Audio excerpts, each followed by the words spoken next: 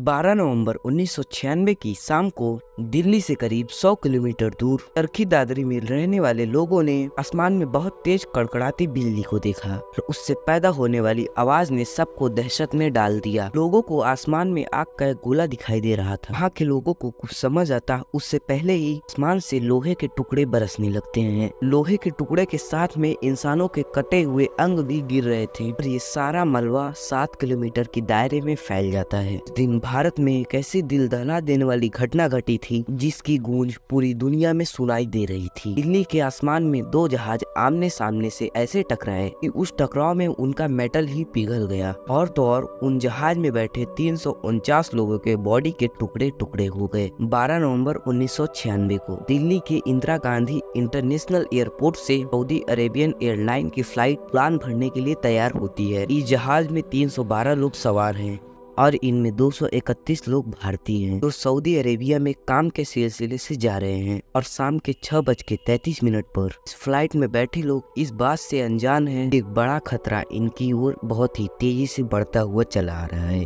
कुछ ही मिनटों में इस जहाज को चकनाचूर करने वाला है। दरअसल कजाकिस्तान एयरलाइन का एक चार्टर्ड प्लेन भारत आ रहा है जिसमें कुछ कपड़ों के व्यापारी बैठे हैं और इस फ्लाइट में 37 लोग सवार हैं। इस फ्लाइट को दिल्ली के इंदिरा गांधी एयरपोर्ट पर लैंड करना है। दरअसल 1996 में इंदिरा गांधी एयरपोर्ट पर आज की तरह आधुनिक नहीं था। उस समय दिल्ली एयरपोर्ट का एक बड़ा हिस्सा इंडियन एयरफोर्स के लिए रिजर्व था। इस वजह से दिल्ली एयरपोर्ट पर फ्लाइट की आने और जाने के लिए एक ही एयरवे मौजूद था। दरअसल एयरवे जहाजों के आसमान में आने और जाने के लिए एक पाथ होता है। उसी पाथ पर जहाजों को उड़ना होता है। ये बिल्कुल वैसे ही होता है जैसे सड़क पर गाड़ियां चलती हैं तो उस पर अलग अलग ट्रैफिक लेन्स होती हैं। उसी तरह आसमान में जहाजों की आने और जाने के लिए पहले से ही रास्ता निश्चित होता है। अब जरा सोच कर देखिए आने वाली गाड़ियों और की ट्रैफिक लेन हो तो क्या होगा। चांसेस होंगे कि आमने सामने से गाड़ियां आपस में टकरा जाएं। इसी वजह से एयरपोर्ट पर आने वाले जहाजों के लिए अलग एयरवे होता है और जाने वाले जहाजों के लिए एक अलग एयरवे होता है।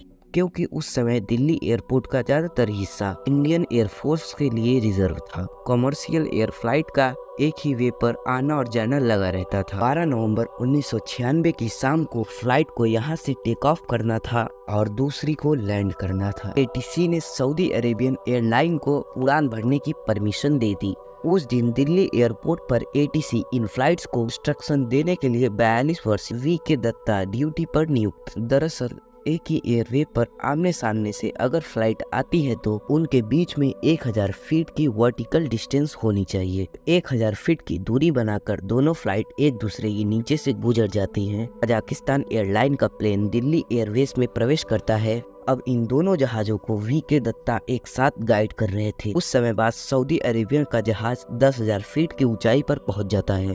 Pilot VK. दत्ता से 14,000 ऊंचाई पर जाने की परमिशन मांगता है। वी.के. दत्ता सऊदी अरब एयरलाइंस को 14,000 फीट की ऊंचाई पर जाने की परमिशन दे देते हैं। अरेबियन फ्लाइट 14,000 फीट की ऊंचाई पर पहुंचकर फ्लाइट उड़ान भरने लगती है। उस समय दिल्ली एयरपोर्ट पर एक ही प्राइमरी रेडार था जो केवल मॉनिटर पर फ्लाइट को ब्लिंक करके दिखाता था। इन कितनी ऊंचाई पर उड़ रहा है या प्लेन की रफ्तार कितनी है, इन चीजों की जानकारी एक सेकेंडरी रेडार से मिलती। लेकिन उस समय दिल्ली एयरपोर्ट पर सेकेंडरी रेडार था ही नहीं। इस वजह से एटीसी को प्लेन की ऊंचाई और उसके रफ्तार के बारे में के पायलट पर ही निर्भर रहना पड़ता था। वी.के. दत्ता कजाकिस्तान एयरलाइन के पायलट को 15,000 फीट पर जाने की परमिशन देते हैं और पायलट को बताते हैं उनके नीचे से सऊदी अरेबियन की एक एयरलाइन गुजरने वाली है। 1000 फीट की वर्टिकल डिस्टेंस बनाए रखें।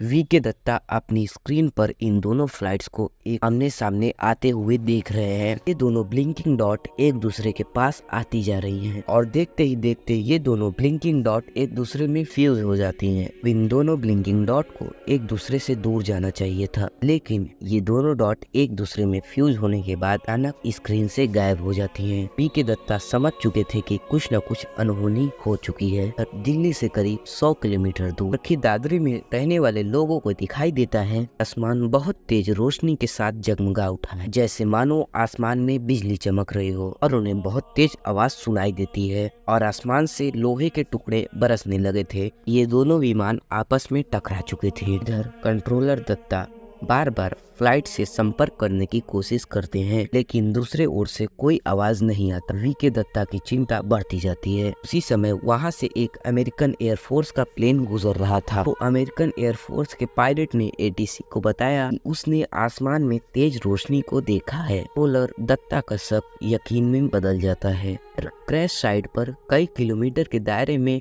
जहाज के टुकड़े और लाशें बिखर जाती हैं। देश के इतिहास की पहली और इकलौती ऐसी घटना बन जाती है जिसमें दो प्लेन आसमान में टकराकर चकनाचूर हो गए हों। आखिर कहां पर गलती हुई कि ये दोनों प्लेन आपस में टकरा गए? क्या कंट्रोलर वीके दत्ता से कोई चूक हो गई या किसी तकनीकी खराबी की वजह से ये सब हुआ? के लिए इस घटना की तहकीकात चालू करी जाती है। घटना के अगले ही दिन दोनों जहाजों के ब्लैक बॉक्स को खोज लिया गया और इन दोनों ब्लैक बॉक्स को डिकोड करने के लिए भेज दिया जाता है। लेकिन ब्लैक बॉक्स में मौजूद डेटा को डिकोड होने में अभी बहुत टाइम था। तब तक इन्वेस्टिगेशन टीम इस घटना के अन्य पहलुओं के छानबीन में लगी हुई थी। इस घटना के पीछे मेनली 3 कारण हो सकते थे। पहला ये होगा कि शायद इन दोनों ही फ्लाइट्स में से किसी ने एटीसी के दिए हुए निर्देश का पालन नहीं करा होगा। दूसरा कारण ये हो सकता है शायद कि एक जहाज के इंस्ट्रूमेंट गलत रीडिंग दिखा रहे हों, इस वजह से हादसा हुआ। और तीसरा शायद इसी में बैठे वीके दत्ता ने ही गलत निर्देश दे दिया हो। मिस्ट्री तभी सुलझ सकती थी जब दोनों जहाजों के ब्लैक बॉक्स डेटा को डिकोड करा जाए। इसके कुछ ही दिनों बाद ही ब्लैक बॉक्स का डेटा भी बाहर आ गया, जिसने इस घटना से संबंधित सभी सवालों से पर्दा उठा दिया। असल इस घटना में वीके दत्ता की कोई भी गलती नहीं थी। वीके दत्ता ने तो दोनों ही फ्लाइट्स को सही निर्देश दिए थे। पहला तो ये माना जा रहा था कि सऊदी वाला प्लेन 14,000 फीट की जगह पर 15,000 फीट पर चला गया था, लेकिन सऊदी वाला जहाज 14,000 फीट पर ही उड़ रहा था और इन दोनों जहाजों में 14,000 फीट पर ही हुआ। कहीं न कहीं गलती कजाकिस्तान वाले प्लेन से ही हुई थी, लेकिन ऐसा कारण रहा होगा कि प्लेन इतनी बड़ी गलती कर बैठा होगा। असल कजाकिस्तान का विमान कोई आम जहाज नहीं था, बल्कि ये एक कार्गो जहाज था। उस सामान को एक जगह से दूसरे जगह ढोने का काम करता था। लेकिन इस जहाज को चलाना ही अपने आप में एक महाभारत था। फिर जहां अन्य जहाजों को 1 या 2 पायलट चला सकते थे, लेकिन इस जहाज को चलाने में 5 लोगों की जरूरत पड़ती थी और इन 5 लोगों में आपस में सही तालमेल होना बहुत जरूरी था। किसी एक की भी गलती एक बड़ी घटना को अंजाम दे सकती थी। और कजाकिस्तान विमान के साथ कुछ ऐसा हुआ। दरअसल कजाकिस्तान विमान में बैठे पायलट को इंग्लिश नहीं आती थी, इस वजह से वो एटीसी से जल्दी बात नहीं कर पा रहा था कि वो पहले एटीसी द्वारा दिए गए निर्देश को ट्रांसलेट करता और फिर उसका जवाब देता। और इस काम के लिए जहाज में एक अलग से ट्रांसलेटर था जो रेडियो कम्युनिकेशन को संभाल रहा था। और उस समय के विमान में यह दिक्कत थी कि वो डिस्टेंस को मीटर में मेजर करते थे, फीट और मीटर में वो कंफ्यूज हो गए। ऐसा कि एटीसी द्वारा दिए गए निर्देशों का वो सही से पालन नहीं कर पाए। वो अपने प्लेन को 15,000 फीट की जगह 14,000 फीट की ऊंचाई पर ले आए और सामने से आ रहे सऊदी प्लेन से टकरा गए। इस घटना में 349 लोगों की जान चली गई और उनके घर वालों को उनकी बॉडी भी नसीब नहीं हुई। सऊदी प्लेन के ब्लैक बॉक्स की रिकॉर्डिंग में ये भी पता चला कि जब ये प्लेन आपस में टकरा गए, उसके बाद उनके क्रू को ये पता चल गया कि वो अब नहीं बच पाएंगे। उन्होंने मरने से पहले अपने इस्लामिक प्रार्थना बोली। उसकी ब्लैक बॉक्स की डिटेल वहीं खत्म हो गई। ये घटना देश के इतिहास की सबसे भीषण घटनाओं में से एक थी। इस घटना के बाद इंडस्ट्री में बहुत से बदलाव करे गए। आगे फिर से ऐसी कोई भी घटना ना घटे। पहला बदलाव ये था कि विमान के आने और जाने के लिए अलग अलग कॉरिडोर बनाए गए। दूसरा, सेकेंडरी रेडार को इंस्टॉल करा गया, जिससे आसमान में उड़ते हुए जहाजों का सही पोजीशन का आकलन करा जा सके। सरकार ने ये मैंडेटरी कर दिया कि सभी उड़ने वाले जहाज में TCAS को लगाया जाए। दरअसल TCAS एक ऐसा सिस्टम है जो कि बताता है कि कोई जहाज किसी जहाज के आमने सामने से आ रहा है तो उसमें एक अलार्म बज जाता है और ये सिस्टम पायलट को बताता है कि किधर मुड़ना है कि हादसे को टाला जा सके। कम्युनिकेशन मिस्टेक ना हो इसलिए अंग्रेजी भाषा को जरूरी कर दिया। अगर कोई पायलट है तो उसको अंग्रेजी आना अनिवार्य है। सब चीजों के बाद आज तक 2 विमानों के बीच कभी भी टकराव